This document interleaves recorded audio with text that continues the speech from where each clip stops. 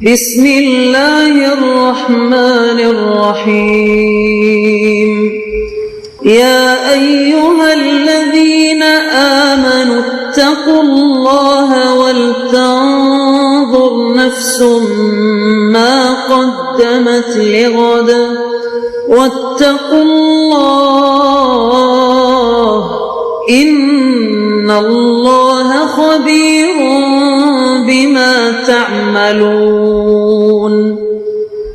اے ایمان والو، اللہ سے ڈرتے رہو اور ہر شخص کو دیکھنا چاہیے کہ اس نے کل یعنی آخرت کے لیے کیا سامان بھیجا ہے، اور ہم پھر کہتے ہیں کہ اللہ سے ڈرتے رہو، بے شک اللہ تمہارے سب اعمال سے خبردار ہے۔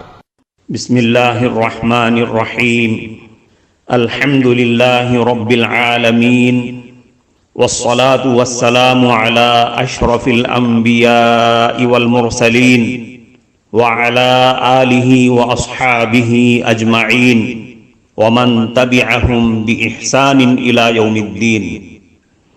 قابل صد احترام حضرات شائقین و شائقات سچا پیغام، السلام علیکم ورحمۃ اللہ وبرکاتہ۔ آج کی محفل میراث النبی کے نورانی پروگرام میں آپ کا استقبال ہے۔ اہلا و سہلا مرحبا۔ ہم آپ تمام حضرات و مستورات کا خیر مقدم کرتے ہیں۔ محترم حضرات و خواتین، تعلیم کا آغاز ہو رہا ہے۔ سب سے پہلے آداب تعلیم کا لحاظ کرتے ہوئے تعلیم کی طرف متوجہ ہو جائیں۔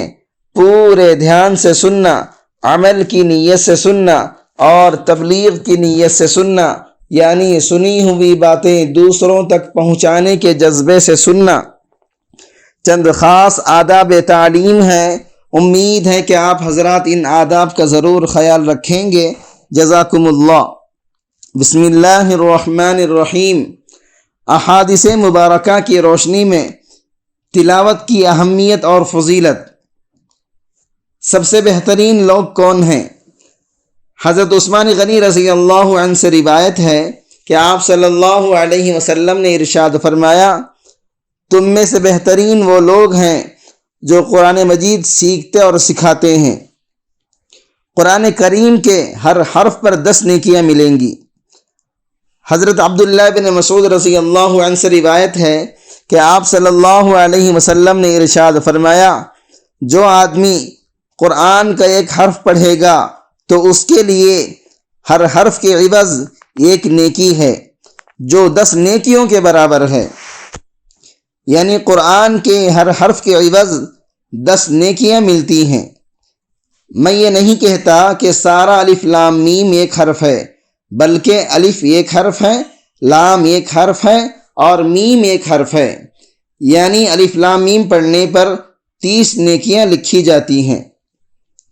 غور کریں کہ ایک حرف پر 10 نیکیاں، اگر روزانہ ایک پارے کا اہتمام کریں تو کتنے حرف پڑھنے میں آئیں گے؟ کوئی اندازہ نہیں لگا سکتا کہ کتنا ثواب ملے گا۔ قرآن مجید کی ایک آیت سیکھنا 100 رکعت نفلی عبادت سے افضل ہے۔ حضرت ابو ذر رضی اللہ عنہ بیان فرماتے ہیں کہ رسول اکرم صلی اللہ علیہ وسلم نے مجھ سے ارشاد فرمایا، اے ابو ذر، تو صبح کو جا کر کتاب اللہ کی ایک آیت سیکھے، یہ تیرے لیے 100 رکعت نماز سے بہتر ہے۔ اور تو صبح جا کر علم کا ایک باب سیکھے، خواہ اس پر اسی وقت عمل کرے یا نہ کرے، یہ تیرے لیے 1000 رکعت نماز پڑھنے سے بہتر ہے۔ ایک آیت سیکھنے میں کتنا وقت لگے گا؟ زیادہ سے زیادہ 10 منٹ لگے گا، لیکن ثواب اتنا کہ 100 رکعت سے زیادہ ثواب ہے۔ کتاب اللہ کی ہر آیت ایک اونٹنی سے بہتر ہے۔ اسی طرح ایک اور حدیث حضرت عقبہ ابن عامر رضی اللہ عنہ سے روایت ہے کہ رسول اکرم صلی اللہ علیہ وسلم اس حال میں تشریف لائے کہ ہم صفہ میں تھے۔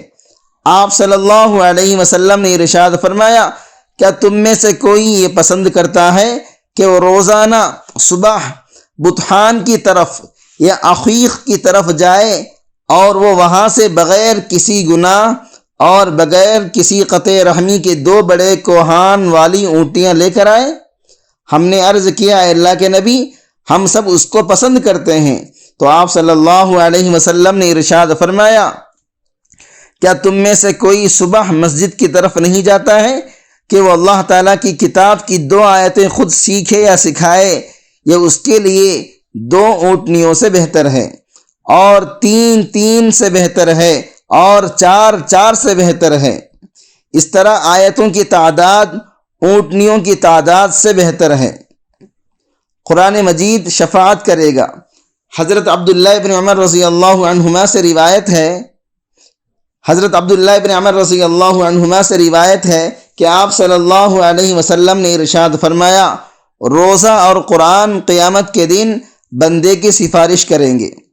روزہ کہے گا کہ پروردگار، میں نے دن کے وقت اسے کھانے اور خواہشات کی تکمیل سے روکے رکھا، اس لیے اس کے بارے میں میری سفارش قبول فرما۔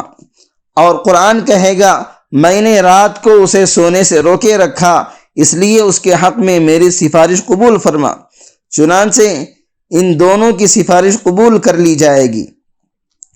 قرآن مجید کی تلاوت کرنے والے قیامت کے دن فرشتوں کے ساتھ ہوں گے۔ حضرت عائشہ صدیقہ رضی اللہ عنہا سے روایت ہے کہ رسول اکرم صلی اللہ علیہ وسلم نے فرمایا، اس آدمی کی مثال جو قرآن پڑھتا ہے اور قرآن کا ماہر ہے، قیامت کے دن بزرگ نیکوکار فرشتوں کے ساتھ ہوگا، اور اس کی مثال جو قرآن پڑھتا ہے اور اٹک اٹک کر پڑھتا ہے اور اس پر اسی طرح مشکل ہو تو اس کے لیے دوہرا اجر ہے۔ قرآن مجید پڑھنے اور نہ پڑھنے والوں کی مثال۔ حضرت ابو موسیٰ اشعری رضی اللہ عنہ فرماتے ہیں، رسول اکرم صلی اللہ علیہ وسلم نے ارشاد فرمایا، قرآن پڑھنے والے مومن کی مثال ترنج کی طرح ہے، اس کا ذائقہ بھی عمدہ ہے اور خوشبو بھی نفیس ہے، اور قرآن نہ پڑھنے والے مومن کی مثال کھجور کی طرح ہے، اس کا ذائقہ عمدہ ہے لیکن خوشبو نہیں ہے، اور قرآن پڑھنے والے منافق کی مثال ریحان کی طرح ہے، بو تو اچھی ہے، خوشبو تو اچھی ہے لیکن ذائقہ کڑوا ہے، تلخ ہے، اور قرآن نہ پڑھنے والے منافق کی مثال اندرائن کی طرح ہے، اس کا ذائقہ تلخ ہے اور بو یعنی خوشبو بالکل بھی نہیں ہے۔ حضرت جابر ابن عبداللہ رضی اللہ عنہ سے روایت ہے کہ رسول اکرم صلی اللہ علیہ وسلم شہدائے احد میں سے 2 آدمیوں کو ایک کپڑے میں رکھتے تھے، پھر فرماتے تھے کہ ان میں سے کس کو قرآن مجید کا علم زیادہ ہے۔ جب کسی ایک کی طرف اشارہ کیا جاتا تو اس کو لحد میں پہلے رکھتے، اور آپ صلی اللہ علیہ وسلم نے فرمایا، انا شہید علی ہؤلاء یوم القیامہ، میں قیامت کے دن ان پر گواہ رہوں گا۔ محترم ناظرین کرام، اس دینی اور ایمانی بیان کو سننے کے دوران ہی اس کو لائک کر دیجئے اور شیئر بھی کر دیجئے تاکہ دوسرے بھی اس سے فائدہ اٹھا سکیں۔ اللہ آپ کو جزائے خیر عطا فرمائے۔ قرآن مجید سے محبوب کوئی چیز نہیں ہے۔ حضرت عقبہ ابن عامر رضی اللہ عنہ سے روایت ہے کہ آپ صلی اللہ علیہ وسلم نے ارشاد فرمایا، بے شک تم قرآن مجید سے محبوب کوئی شے لے کر اللہ رب العزت کی طرف نہیں لوٹو گے۔ 3 آدمیوں کا اکرام اللہ تعالیٰ کرتا ہے۔ حضرت ابو موسیٰ اشعری رضی اللہ عنہ فرماتے ہیں کہ رسول اکرم صلی اللہ علیہ وسلم نے ارشاد فرمایا، اللہ تعالیٰ کی تعظیم اور بزرگی ہے کہ سفید بالوں والے مسلمان کا اکرام کیا جائے، اور قرآن کریم کے حامل یعنی حافظ اور عالم کا اکرام کیا جائے، سوائے اس میں غلو اور کمی یعنی افراد اور تفرید کرنے والے کے، اور عادل بادشاہ کا اکرام کیا جائے۔ جس قدر تلاوت کی کثرت اس قدر فضیلت۔ حضرت عبداللہ ابن عمر ابن عاص رضی اللہ عنہما سے روایت ہے کہ رسول اکرم صلی اللہ علیہ وسلم نے ارشاد فرمایا، جو آدمی نماز میں کھڑے ہو کر 10 آیتیں پڑھے گا وہ غافلوں میں نہیں لکھا جائے گا، اور جو نماز میں کھڑے ہو کر 100 آیتیں پڑھے گا وہ فرما برداروں میں لکھا جائے گا، اور جو 1000 آیتیں پڑھے گا وہ بے حد ثواب پانے والوں میں لکھا جائے گا۔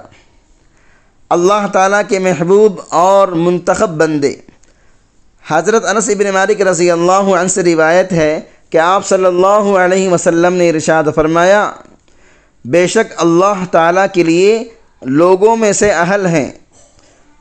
صحابہ نے پوچھا وہ کون لوگ ہیں؟ آپ صلی اللہ علیہ وسلم نے ارشاد فرمایا، وہ لوگ قرآن کے اہل ہیں۔